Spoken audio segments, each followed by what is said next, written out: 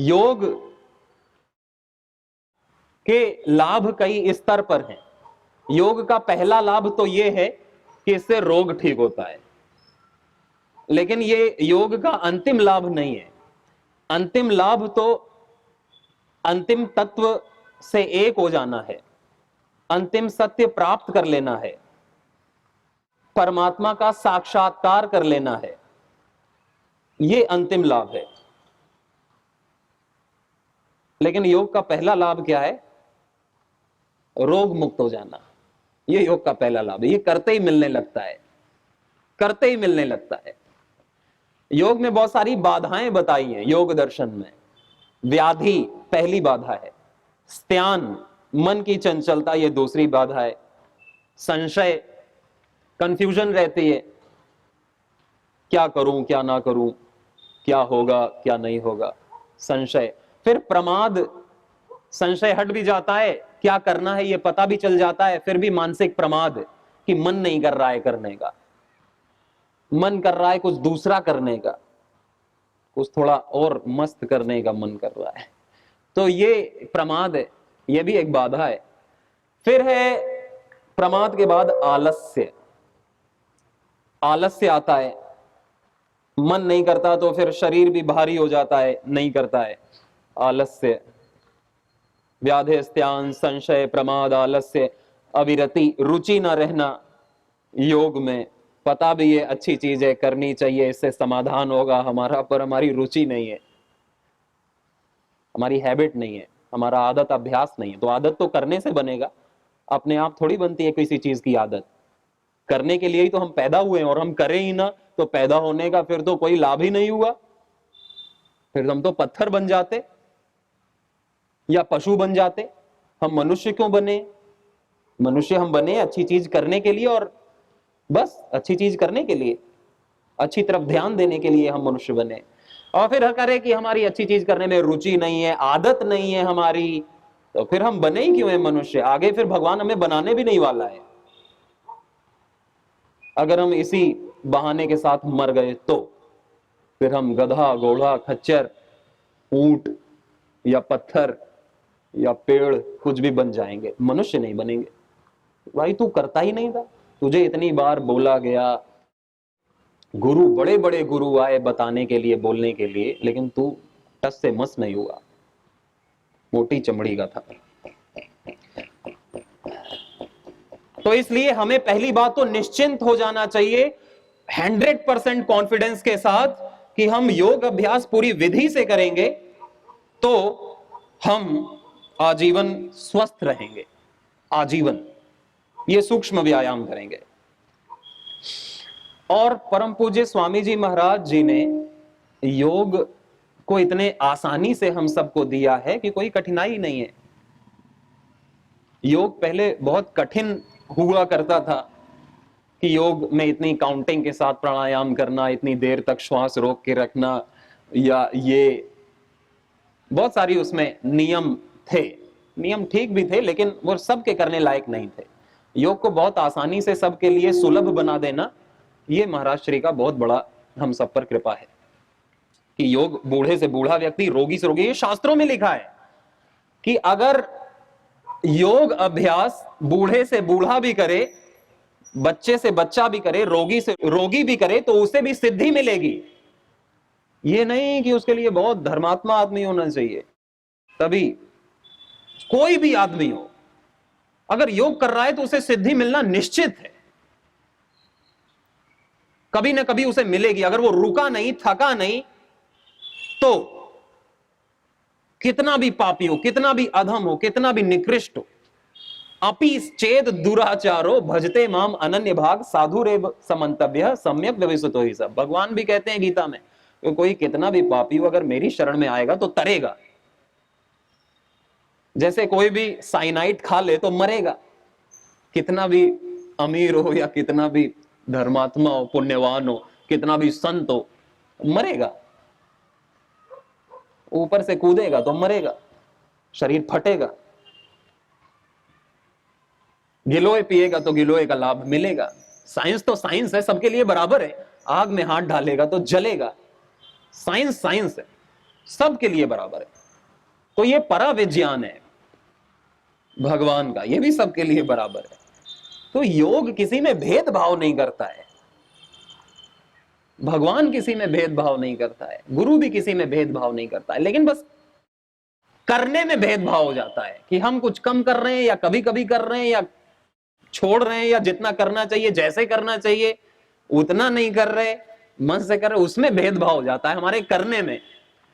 अगर दो लोगों का करना बराबर हो तो दो लोगों का होना भी बराबर हो जाएगा, और दो लोगों का प्राप्ति भी बराबर हो जाएगी, सक्सेस भी बराबर हो जाएगी। इसलिए योग अभ्यास में आसान आसन भी हैं, सूक्ष्म व्यायाम जैसे हम कर रहे हैं लंबी गहरी श्वास लेकर के, ये भी बराबर है। और सुबह सुबह ज्यादा फ्रेश और शांत, पॉल्यूशन भी उतना नहीं रहता है तो ज्यादा लाभ करता है, लेकिन शाम को भी करना चाहिए। शाम को क्या है, व्यायाम और आसन करने में शाम को ज्यादा सहूलियत होती है, क्योंकि शरीर थोड़ा फ्लेक्सिबल रहता है, खुला रहता है। सुबह सुबह थोड़ा जकड़न सी रहती है शरीर में, तो सुबह प्राणायाम ध्यान के लिए उत्तम समय होता है, जप के लिए, उपासना के लिए, स्वाध्याय के लिए, पढ़ाई के लिए। सुबह भी हम आसन करते हैं, व्यायाम करते हैं, कोई चीज कोई समय किसी के लिए सर्वोत्तम होता है, तो वो बता रहा हूं। शाम को आसन करना चाहिए, रोगानुसार आसनों का अभ्यास करना चाहिए। यह है इंटीग्रेटेड योगा प्रैक्टिस। इंटीग्रेटेड कि हम हर प्रकार के आसन करने चाहिए वैसे तो प्रतिदिन ही, अब हम करेंगे हाथों के लिए। अगर कोई रोगी व्यक्ति है तो उसे तो अपने रोगानुसार योग अभ्यास करना चाहिए। जैसे किसी को मान लो कमर दर्द है तो वो दंड बैठक क्यों लगाएगा, सूर्य नमस्कार क्यों करेगा, आगे झुकने वाले आसन क्यों करेगा? तो कमर दर्द में कमर दर्द के आसन ही करेगा 1 घंटे, और 1 घंटा प्राणायाम करेगा।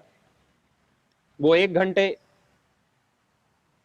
मकर आसन, भुजंगासन, शलभासन, बैक बेंडिंग के, ऊष्ट्रासन, अर्धऊष्ट्रासन, अर्धचंद्रासन, पीठ के बल फिर लेट करके कंधरासन, अर्ध पवन मुक्तासन, अर्ध पाद अंगुष्ठ नासा स्पर्शासन, अर्ध हलासन, एक पैर से। ये सारे आसन कमर दर्द के हैं, या कोई भी रीढ़ के ये आसन हैं। लंग्स में भी यही आसन किए जाते हैं, लंग्स डिजीज में। हार्ट के लिए भी यही आसन, नर्वस सिस्टम के लिए भी, दिमाग के लिए भी यही आसन, शशक आसन, वक्रासन, गोमुख आसन, और ये हम आगे झुकने वाले आसन अभ्यास करते हैं पैंक्रियाज के लिए। पैंक्रियाज के लिए क्या, लीवर के लिए भी यही करना है। यूट्रस हमारा माताओं बहनों का स्वस्थ रहे उसके लिए भी यही करना होता है। पीसीओडी की समस्या, मूत्र रोगों के लिए, बांझपन, इनफर्टिलिटी के लिए भी यही पैकेज है आसनों का। जो डायबिटीज वाला है उसमें थोड़ा और ऐड कर देते हैं। फिर किसी को अपना वजन बढ़ाना है तो फिर खूब सारा 100 बार 200 बार सूर्य नमस्कार करते हैं, दंड बैठक लगाते हैं, खूब शरीर को निचोड़ देते हैं एकदम से व्यायाम करके। फिर उसके बाद अच्छी डाइट लेते हैं, खजूर है, दूध है, घी है, केले हैं, दूध केला, आम है, और अपने पतंजलि का न्यूट्रेला वेट गेन वो भी है। वो लेने से वजन बढ़ता है। बहुत लोगों का हमारे गुरुकुल में जो बहुत पतले पतले थे उनका वजन ऐसे ही बढ़ा है, व्यायाम करा के और खिला करके। और जो जिनको मोटापा है उनके लिए फिर अलग पैकेज है, जो हमने आज किए भी थे। स्थित कोणासन, चक्की आसन, पाद हस्तासन, फिर लेट करके भुजंगासन, शलभासन, फिर पीठ के बल लेट करके पैर को उठाना, गोल गोल घुमाना, साइकिलिंग करना, यानी पादवृत्तासन, द्विचक्रिका आसन और अर्धहलासन, ये करते हैं। और जिसको फिर थायराइड हो, ऊष्ट्रासन, सर्वांगासन, हलासन, मत्स्यासन, सिंहासन, हास्यासन, इतने आसन, ये सारे नहीं भी किए, इसमें से 2 भी कर लिए अच्छे से तो भी ठीक होता है। जैसे मान लो 10-15 आसनों का पैकेज है, सारे करें तो अच्छी बात है, नहीं उसमें से 5 आसन भी चुन करके विधि से किए तो भी ठीक होता है। ये नहीं हमने जल्दी जल्दी सारे आसन कर लिए तब लाभ होगा। महाराज जी कहते हैं भले ही 2 आसन करो लेकिन पूरी विधि से तो करो। जब हम इधर उधर करते हैं तो फिर ये केवल फिजिकल ड्रिल हो जाती है, खेल कूद हो जाता है। अगर हमें हर क्रिया को योग बनाना है तो हर क्रिया में हमको ध्यान को ऐड करना पड़ता है, एकाग्रता, क्योंकि योग मन से किया जाता है ना। जैसे प्रेम मन से किया जाता है, जैसे भक्ति मन से की जाती है तो भक्ति होती है। ये थोड़ी हमने केवल घंटी हिला दी, आरती कर दी, मन कहीं और है तो क्या भक्ति हुई क्या? वो भक्ति काउंट नहीं होती है, फिर जीरो, कोई लाभ नहीं होता है। इसी तरह ये जो भी चीजें इफेक्टिव करनी है तो मन को उसमें जोड़ना है। और जिसको सर्वाइकल स्पॉन्डिलाइटिस, गर्दन का दर्द है, वो तो 50-100 बार तक किया करें गर्दन का मूवमेंट, पीछे की तरफ भी। कुर्सी में बैठे तो भी गर्दन लटका के, बिस्तर में लेटे तो भी गर्दन लटका करके 5-10 मिनट, उनका सर्वाइकल स्पॉन्डिलाइटिस ठीक हो जाएगा। नहीं तो फिर ऑपरेशन कुछ भी ठीक नहीं करता है और बर्बाद करता है शरीर को। ऐसे बैक बेंडिंग 1 मिनट के लिए, गर्दन पीछे, कंधे पीछे।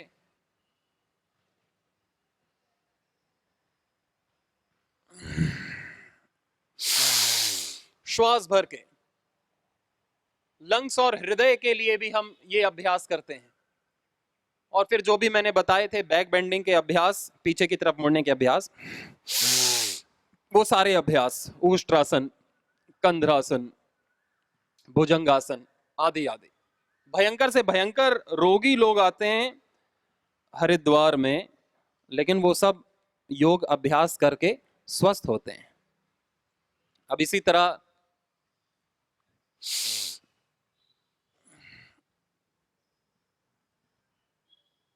बैठे बैठे ताड़ासन, तिर्यक ताड़ासन।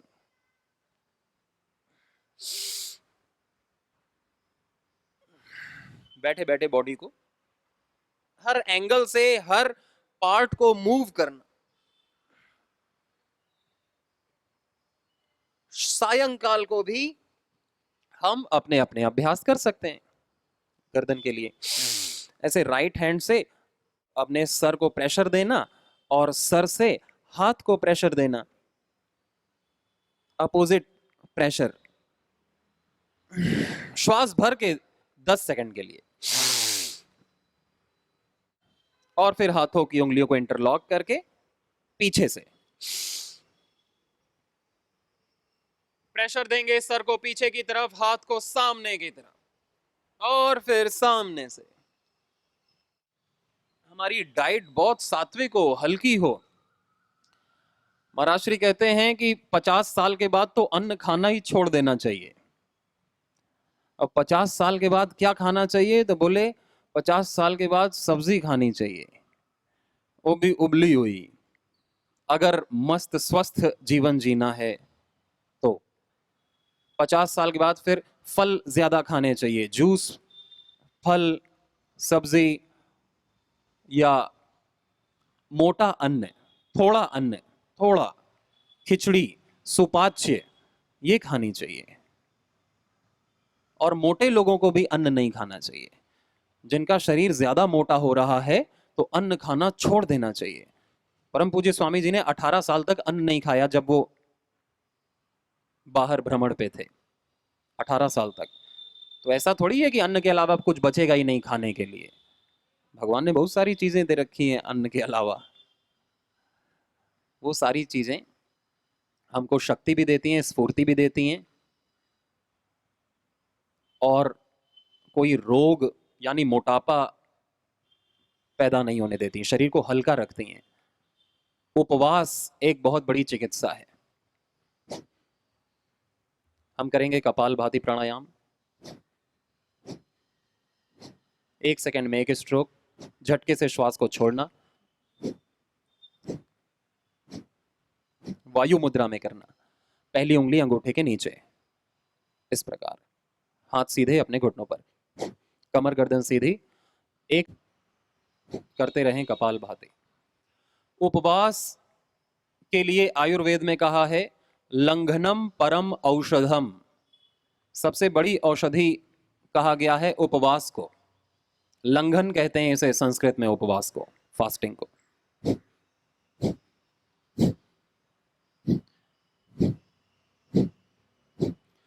ये एक अपने साइंटिस्ट हुए जिनको अभी 3 साल पहले ही नोबेल पुरस्कार मिला। किस बात पर? इसी बात पर कि कोई व्यक्ति साल में 20 दिन भी उपवास रखे तो वो निरोगी, स्वस्थ, जवान बना रहेगा, रोगी नहीं होगा।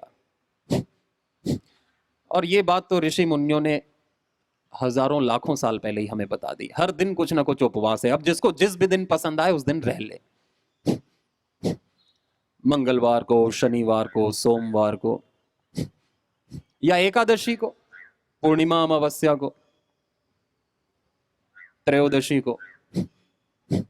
उपवास रहना भी एक बहुत बड़ा विज्ञान है। कैसे रहते हैं यह भी पता होना चाहिए कि हमको कमजोरी ना आए। उपवास के दिन भी हम जो फूल पत्ती औषधियां खाते हैं वो ज्यादा शरीर में एब्जॉर्ब होती हैं, अवशोषित होती हैं। नवरात्रि को जो 9 दिन व्रत रहते हैं, यदि उसमें नीम के पत्ते खाए जाएं तो उसका पूरा अवशोषण, एसिमिलेशन, एब्जॉर्प्शन शरीर में होगा। गिलोय खाई जाए तो, खाली पेट, इसीलिए तो हम औषधियां खाली पेट खाते हैं। और जो ज्यादा भारी औषधि होती है उसको खाने के बाद खाते हैं कि ये थोड़ा कम लगे शरीर, नहीं तो हानि कर सकते। जैसे कि अंग्रेजी दवाएं हैं वो खाने के बाद खाते हैं, खाली पेट खाएंगे तो वो मर जाएगा आदमी, इतनी ज्यादा रिएक्ट करेगी। तो पैरासिटामोल आदि खाने के बाद खाओ। लेकिन जो भी तुलसी खाते हैं, एलोवेरा, गिलोय, गौमूत्र, ये जो भी खाते हैं खाली पेट खाते हैं कि ये थोड़ी सी खाएं और पूरी शरीर में एब्जॉर्ब हो। सोना, चांदी, हीरा, मोती की जो भस्म खाते हैं वो खाली पेट खाते हैं। नहीं खाई और निकल गई शरीर से तो पैसा भी गया और औषधि भी नहीं लगी शरीर में। औषधि खाने के पहले पेट अच्छे से साफ होना चाहिए। पेट खराब है तो भी कोई दवाई काम नहीं आएगी। Digestive system is the main system, उसी के कारण से दिमाग चल रहा है, उसी कारण से पूरा शरीर चल रहा है। इसलिए हमें खाने पर ज्यादा ध्यान देना होगा। ज्यादा खाने से आदमी ज्यादा बलवान नहीं बनता है, ज्यादा खाने से आदमी जल्दी मरता है। कम खाने से ज्यादा जिएगा, बस पाचन होना चाहिए। पाचन तो थोड़े से खाने का भी हो जाएगा तो पूरे शरीर को बहुत गजब की ऊर्जा मिलेगी। ऐसे अपने शरीर को हैबिचुअल बनाना है कि कम खा रहे हैं और काम ज्यादा कर रहे हैं। जैसे अपने महापुरुष महाराज जी हैं, थोड़ा सा खाते हैं और पूरा कार्य 24 घंटे उनका कुछ ना कुछ चलता ही रहता है। और कोई कोई व्यक्ति खूब ज्यादा खाता है फिर भी शरीर में आलस्य, प्रमाद, रोग और एनर्जी का लेवल डाउन रहता है। गड़बड़ है। खाना शरीर को जीवन देता है तो मृत्यु भी देता है। इसलिए खाने के लिए नहीं जीना, जीने के लिए खाना जितना जरूरी है। क्योंकि जीवन तो और भी बड़े बड़े कामों के लिए है ना, केवल खाने पीने के लिए नहीं है। खाना पीना जरूरी है जीवन के लिए। इसलिए उपवास, उपासना, ये जो हाईएस्ट लेवल की चीजें हैं ये हैं कि योग करना है, उपवास के साथ करना और उपासना के साथ करना। इसलिए हम खाली पेट योगाभ्यास करते हैं कि वो जो शक्ति है वो पूरी शरीर में बैठ जाए योग अभ्यास करने, शरीर पूरा डिटॉक्सिफाई हो। इसलिए सुबह का योग अभ्यास ज्यादा फायदा करता है। और दिन में 2 बार फ्रेश होना चाहिए। जो हम शौच के लिए जाते हैं 2 बार, एक सुबह तो जाते ही हैं, शाम को भी अभ्यास बनाना चाहिए। ऐसा प्रैक्टिस, अभ्यास बनाने से अपने आप प्रेशर लगता है। शाम को पानी पीते हैं, भोजन 4 घंटे में आराम से पच जाता है। तो भोजन करने के फिर हम 1 घंटे बाद पानी पीते हैं, भोजन करने के तुरंत बाद पानी नहीं पीना चाहिए। ये भी जरूरी बात है। भोजन करने के तुरंत बाद पानी पिएंगे तो फिर भोजन का पाचन नहीं हो पाएगा। भोजन करने के 1 घंटा या तो पहले पानी पी लें 1-2 ग्लास, और भोजन करने के पौन घंटे या 1 घंटे बाद फिर 1 या 2 ग्लास पानी पी लें, चलेगा, बहुत अच्छा। फिर तो पीना ही पीना है, ये भी नहीं कि भूल गए फिर और खराब हो जाएगा। नहीं तो फिर स्टोन्स बनने लगते हैं शरीर में, कैल्सिफिकेशन होने लगता है, पथरी बनने लगती है, सिस्ट बनने लगते हैं। पानी की कमी से सारे रोग होते हैं, पानी की कमी से आंखें कमजोर होने लगती हैं, शरीर सूखने लगता है, चर्म रोग होने लगते हैं, शरीर दुर्गंध से भर जाता है, क्योंकि पानी तो शरीर को साफ करता है, टेम्परेचर मेंटेन करके रखता है। पानी पिया करें अच्छे से, 3 लीटर तो कम से कम पीना ही चाहिए, 10-12 ग्लास पानी। ये नहीं कि प्यास लगने पर ही पीना चाहिए, बिना प्यास लगे भी पीना चाहिए, बिना प्यास लगे ही पीना चाहिए। प्यास लग रही है यानी कि शरीर में 10% पानी की कमी हो चुकी है, तब शरीर बताता है कि प्यास लग गई तुमको, शरीर की कमी हो चुकी है, पानी की कमी हो चुकी है शरीर में। इसलिए प्यासे होने का इंतजार नहीं करना चाहिए पानी पीने के लिए। हाँ, खाने का, भूखे होने का इंतजार तो जरूर करना चाहिए खाने के लिए, ये नहीं कि बिना भूख के खा रहे हैं, वो गड़बड़ है। फिर तो खूब कटकटा के भूख लगनी चाहिए तो भोजन का एब्जॉर्प्शन ज्यादा होगा, थोड़े भी भोजन का। फिर तो सूखी भी रोटी खाओगे तो पूरे शक्तिशाली रहोगे। रोटी की पपड़ी भी फिर आनंद देती है। हमारी माता जब बचपन में कहती थी, हम कहते थे कि ये ठीक नहीं बना है, इसमें नमक ज्यादा हो गया, रोटी मोटी हो गई, तो कहती थी तेरे को भूख नहीं लगी है, तेरे पेट भरा हुआ है इसलिए ऐसा कह रहा है। और पेट भरा होता है ना, तो फिर हम खाने में दोष देखने लगते हैं कि ये अच्छा नहीं है, ये मैं नहीं खाऊंगा। और जब कटा कटा के भूख लगती है, कुछ भी अच्छा लगता है, फिर कुछ भी। नींद जोरों से आ रही होती, फिर व्यक्ति बिस्तर नहीं देखता है कि कैसा है, नरम है, फिर तो आनंददायक नींद आती है। इसलिए खाने का कभी तिरस्कार नहीं करना चाहिए। वो भी आदमी रोगी होता है, मानसिक रोगी तो पहले से ही है, इसीलिए खाने का तिरस्कार करता है।